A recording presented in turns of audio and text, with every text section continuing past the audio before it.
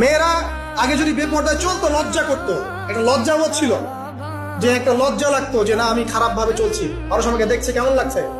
এখন দেখবেন ও গেঞ্জি পরে হাঁটছেন, কোনো ফিলিংস নাই, স্বাভাবিক,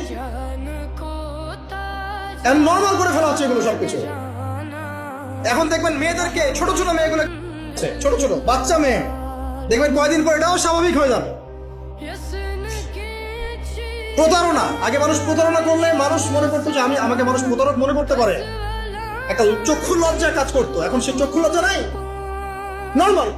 ঘুষ নেওয়াটাকে মানুষ মনে করতো আগে যে কেউ জানতে পারলে হয়তো সমস্যা, নর্মাল, এখন নিতেই পারে, ঘুষ ছাড়া হবে না তোমার জব।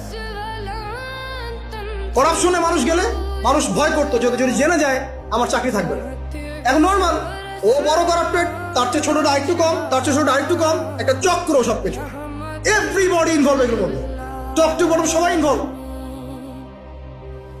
এরকম সিচুয়েশনে আমরা কিভাবে দিন নিয়ে পালন করবো যদি শক্ত না হই? সব চলে যাচ্ছে আজ থেকে, সব চলে যাচ্ছে। একটা সময় ছিল একজন মুসলিম ব্যক্তিকে অন্যায়ভাবে মেরে ফেলবে, একজন মুসলিম নারীকে অন্যায়ভাবে মানুষ চিন্তাই করতে পারবে। একজন মুসলিম নারীর সম্ভ্রম বাঁচানোর জন্য এই ভারতবর্ষে সশস্ত্র যুদ্ধ হয়েছে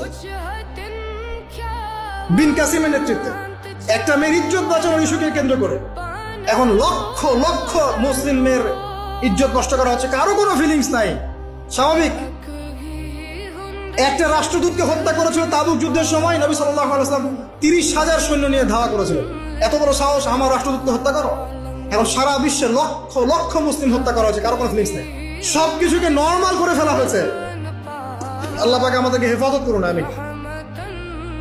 আসুন, ফজরের সালাতের কথা বলছিলাম, আমি অনেক দূরে চলে গেছি। চাষ্ট পড়েন, ফজরের নামাজ পড়েন, সময়টা কাজে লাগান। আমি বলছি সময়গুলোকে কাজে লাগান। ফজরের পর খাওয়া দাওয়া করবেন, রাসূলের সুন্নাহ মতো খান, ইবাদত হবে ইনশাআল্লাহ। এরপরে আপনি কিছুটা সময় এক্সারসাইজ করেন, খেলেন, মাঠে গিয়ে খেলেন, কোনো সমস্যা নাই। ওই টিকটক চালানোর চাইতে মাঠে গিয়ে খেলেন, মাঠে ফুটবল খেলেন আধা ঘন্টা, বা ক্রিকেট খেলেন, বা এমন কোনো খেলা খেলেন যে খেলাটাতে আপনার শারীরিক কসরত হচ্ছে, তাও খেলেন।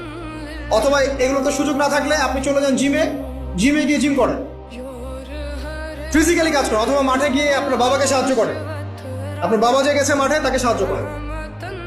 আল্লাহ পাক আমাদেরকে তৌফিক এনায়েত করুন, আমিন। ফিজিক্যালি ফিট থাকার চেষ্টা করা হোক। এরপরে আসেন, সকাল 10টার দিকে যখন চলে আসবো আমরা, তখন আমরা চেষ্টা করবো 2 রাকাত চাষ্টের নামাজ পড়ার জন্য।